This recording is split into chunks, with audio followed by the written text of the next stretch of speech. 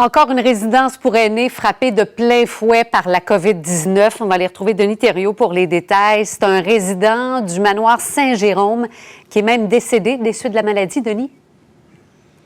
Bien, c'est une personne qui habite ici. On ne sait pas si c'est un homme ou une femme.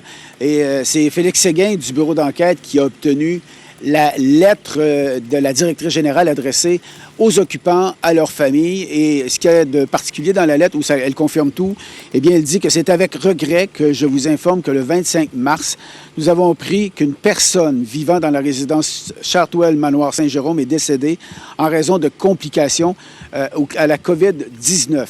Et évidemment, dans de telles circonstances, le protocole de gestion de pandémie s'applique.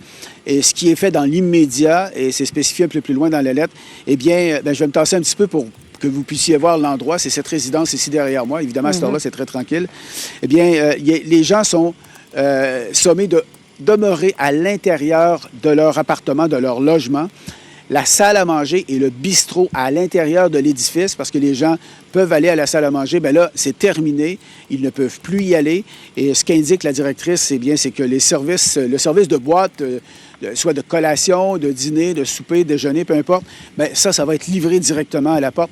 Un peu comme on a pu le voir ailleurs également, là, par exemple, à la résidence Eva. Et pour ici, bien, c'est signé Carmen Ouellette, c'est la directrice générale. Évidemment, on va tenter de lui parler ce matin. Là.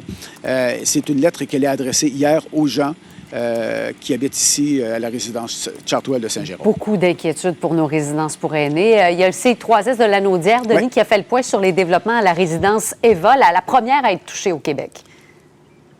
Oui, et là-dedans, ce qu'il faut retenir, là, c'est que dans cette précision qui a été faite en toute fin d'après-midi hier par la santé publique dans la Naudière, c'est que le nombre de cas confirmés de coronavirus, donc de COVID-19, a augmenté. 7 cas de plus. On est rendu à 16 dans la résidence. Ouf. Et il en reste encore 13 là, qui, selon les chiffres qu'on détient, la santé publique ne donne pas ces chiffres-là, mais on les avait de bonnes sources.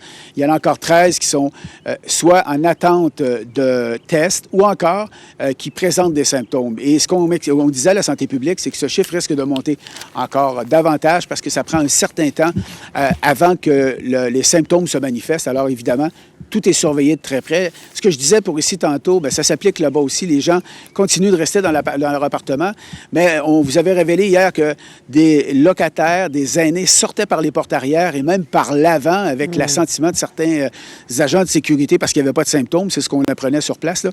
Eh bien, là, ces gens-là, bien, il y a une investigation qui est faite pour savoir qui est sorti. Qu'est-ce qu'on va leur dire? On ne le sait pas encore, mais on s'attend à ce qu'ils aient de bonnes indications comme quoi on ne doit plus faire ça. Et ça, c'est pas suffisant. Il y a maintenant des systèmes électroniques mis sur toutes les portes, à l'arrière, par où les gens sortaient. Donc, s'ils sortent, eh bien, à la fois, les personnes à l'intérieur sont avisées de façon électronique, soit par SMS ou encore par une pagette que la porte est ouverte. Ils savent laquelle, ils peuvent aller voir tout de suite. Il y a des agents de sécurité 24 heures sur 24, 7 jours sur 7, qui sont en avant et à l'arrière. Et seules les personnes qui ont une carte d'employé et les agents de sécurité, évidemment, peuvent entrer à l'intérieur.